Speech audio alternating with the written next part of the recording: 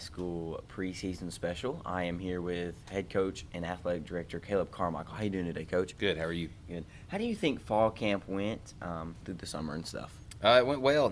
We stayed healthy for the most part. We got a little nicked up in the scrimmage the other night, but some areas of concern that we had earlier in the spring and the summer, we got some of that shored up, and so it was a good fall camp.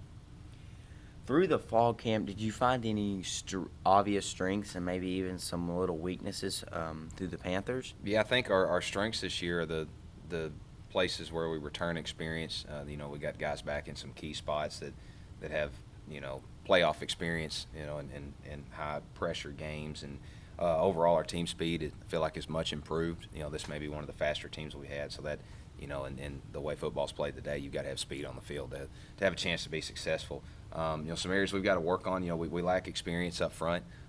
It's not a lack of talent up front. It's just a lack of experience. And so until you get out there and play under the lights with the crowd and the band and everything, you can't simulate that. So be anxious to see how they handle that starting this week.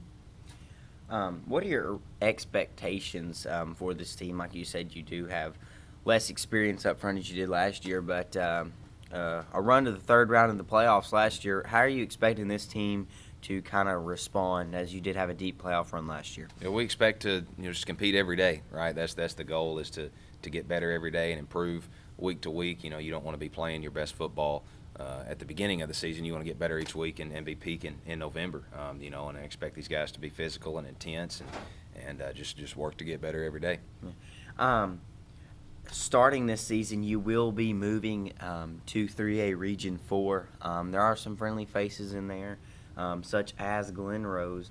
What are your thoughts on being put into that 3A Region 4? Yeah, it's a moving up to Class 3A, a new conference. Like you said, there's some teams that we've played before, and Glen Rose and Prescott, and we played Center Point and Jesseville in junior high in the past. And then there's some new teams too, Paris and Danville and Two Rivers, some teams that we haven't seen. So I think this is maybe one of the tougher conferences in the state. Obviously, Glen Rose is highly ranked every year, as they should be, and Bismarck is on the upswing. Watched them play last night against Prescott, and I think they competed more than anybody thought they would. They got a real talented quarterback. Paris has won 10 games the last 2 years, and a real talented team. It's a long road trip for us, and so there's Center Point's been in the quarterfinals the last 2 years. Jesseville is on the upswing, so it's a tough conference, but I think we can compete.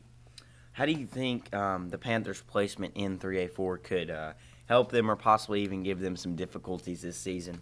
Well, we're obviously, anytime you move up classifications, it's going to be a challenge.